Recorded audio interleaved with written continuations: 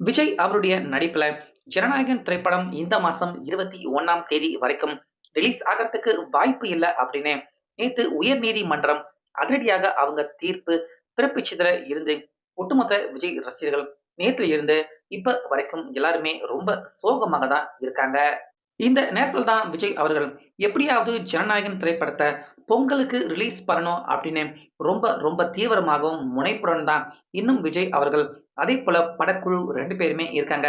இதனால விஜய் அவர்கள் நேத்து இந்த படத்துக்கு 21ஆம் தேதி வரைக்கும் தடை போட்டிருந்தாலும் இப்ப கடைசி அஸ்திரம், அதாவது ஜனநாயகன் திரைப்படத்தை ரிலீஸ் பண்றதுக்காக இருக்கக்கூடிய அந்த கடைசி அதிரடி நடவடிக்கையை இன்னைக்கு விஜய் அவர்கள் எடுக்க ஆரம்பிச்சிருக்காரு.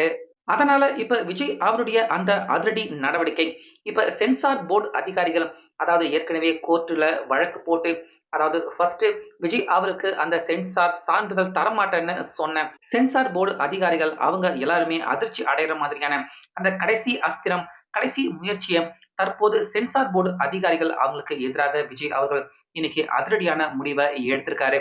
அவர் எடுத்திருக்க இந்த முடிவு தற்போது ஜனநாயகன் திரைப்படம் 9ஆம் தேதி ரிலீஸ் ஆகாம போயிருக்கலாம். ஆனா அட்லீஸ்ட் பொங்கலுக்கு, அதாவது 15ஆம் தேதியாவது நிச்சயமாக தற்போது ஜனநாயகன் திரைப்படம் ரிலீஸ் ஆவறதுக்கான ஒரு வாய்ப்பு தற்போது விஜய் அவர்கள் ஏற்படுத்தியிருக்காரு. அந்த அதிரடியான முடிவு செய்கையை இன்னைக்கு செஞ்சிருக்காரு. அப்படி விஜய் அவர்கள் ஜனநாயகன் திரைப்படம் ரிலீஸ் ஆவறதுக்காக அவர் இன்னைக்கு எடுத்திருக்க அந்த அதிரடி நடவடிக்கை தான் என்ன? இதன் காரணமாக நிச்சயமாக ஜனநாயகன் திரைப்படம் ரிலீஸ் ஆகுமா? அத பத்தின முழு விவரம் எல்லாமே இப்ப வெளியாகிருக்கு. அத பத்தி இந்த வீடியோல பார்க்கலாம். அதனால வீடியோவ ஸ்கிப் பண்ணிடாம மட்டும் பாருங்க. இதுல ஜனநாயகன் திரைப்படத்துல ஆரம்பத்துல இருந்து இருந்த பிரச்சனையே என்ன அப்படின்னு பாத்தீங்கன்னா, ஜனநாயகன் திரைப்படத்துல ஒரு சில நீக்க வேண்டிய காட்சிகள் இருக்கு அப்படின்னு சென்சார் போர்டு அதிகாரிகள் அவங்க பார்த்திருக்காங்க. 5 பேர் பார்த்திருக்காங்க. அதுல ஒரே ஒரு நபர் மட்டும் தான் இந்த படத்துல இந்தந்த காட்சிகள் நீக்கியே ஆகணும் அப்படின்னு படக்குழு அவங்க கிட்ட சொல்றாங்க.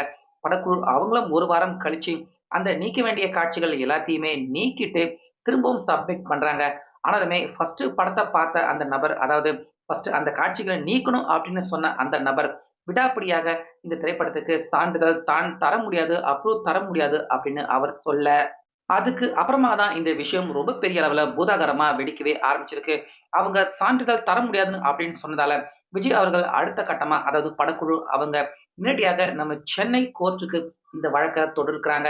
ஏற்கனவே சென்சார் சான்றிதழ் தரேன் அப்படின்னு சொல்லிட்டு இப்ப தரமாட்டேன் அப்படின்னு இந்த வழக்கு சென்னைக்கு விசாரணைக்கு வர்றப்ப சென்சார் போர்டு அதிகாரிகள் இந்த படத்துல மத உணர்வு, ராணுவ உணர்வு, இன்னும் கொஞ்சம் மோசமான காட்சிகள் இருக்கு. இந்த படத்த ரிலீஸ் பண்ணா கண்டிப்பாக அது ஒரு சென்சிட்டிவான இஷ்யூவாக மாறும். அதனால படத்துக்கு அந்த சென்சார் சான்றிதழ் தர முடியாது. இன்னும் சில காட்சிகள நீக்க வேண்டியது இருக்கு அப்படிங்கிற மாதிரி எல்லாம் சென்சார் அதிகாரிகள் அவங்க வாதம் பண்ணியிருக்காங்க.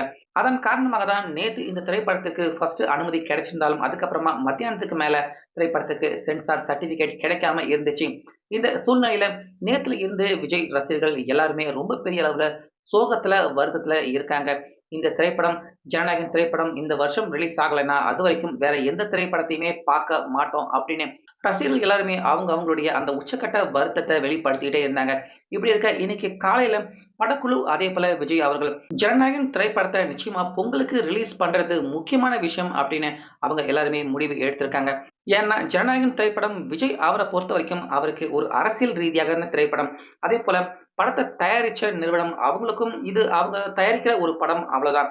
எப்ப இந்த திரைப்படம் ரிலீஸ் ஆனாலும் விஜய் அவருக்கோ, படக்குழு அவங்களுக்கோ பெருசா நஷ்டம் ஏற்பட வாய்ப்பு இல்ல.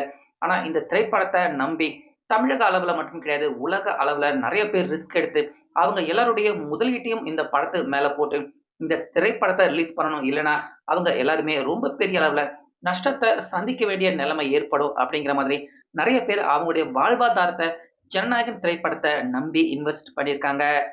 அதனால ஒருவேளை ஜனநாயகன் திரைப்படம் சொன்னபடி அந்த தேதியில வரலைன்னா கூட பரவால்ல. அட்லீஸ்ட் பொங்கலுக்காவது ஜனநாயகன் திரைப்படம் ரிலீஸ் ஆனாதான் இந்த படத்த நம்பி நெறைய பேர் டிஸ்ட்ரிபியூட்டர்கள் எல்லார்கிட்டயுமே காசு குடுத்துருக்காங்க. நெறைய தியேட்டர் உரிமையாளர்கள் அவங்க எல்லாருமே மிகப்பெரிய அளவுல பணத்த போட்டு இந்த படத்த அவங்க அவங்க தியேட்டர்ல ஓட்டுறதுக்கான உரிமத்த வாங்கியிருக்காங்க.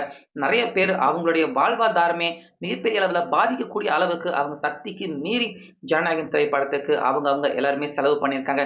நிச்சயமா இந்த திரைப்படம் மிகப்பெரிய அளவுல வசூல் ஆகும் அப்படின்னு எல்லாருக்குமே தெரிஞ்சதால, நம்பி நெறைய பேர் ஜனநாயகன் திரைப்படத்துக்காக ரிஸ்க் எடுத்திருக்காங்க. இப்போ ஜனநாயகன் திரைப்படம் பொங்கலுக்கு ஒருவேளை ரிலீஸ் ஆகல அப்படின்னா, அவங்க எல்லாருக்குமே மிகப்பெரிய ஃபைனான்ஸ் ரீதியான நெருக்கடி ஏற்படும். நிச்சயமாக ஏற்படும். அதுக்கப்புறமா லேட்டாக ஜனநாயகன் திரைப்படம் ரிலீஸ் ஆனா கூட, அந்த இடைப்பட்ட நாள்ல அவங்க எல்லாருமே அந்த பணத்துக்கு வாங்குன வட்டி பணத்துக்கு இப்படி நெறைய பிரச்சனைகள் எல்லாருமே சந்திக்க வேண்டிய நிலைமை ஏற்படும் அப்படிங்கிறதால, எப்படியாவது ஜனநாயகன் திரைப்படத்த அட்லீஸ்ட் 13 இல்லன்னா 14 தேதிகள்லயாவது ரிலீஸ் பண்ணலாம் அப்படின்னு அந்த இறுதி கட்ட அஸ்திரம் அப்படின்னே சொல்லலாம். அந்த முடிவ தான் இப்ப விஜய் அவர்கள் எடுத்திருக்காரு. படக்குழு அவங்க கூட சேர்ந்து.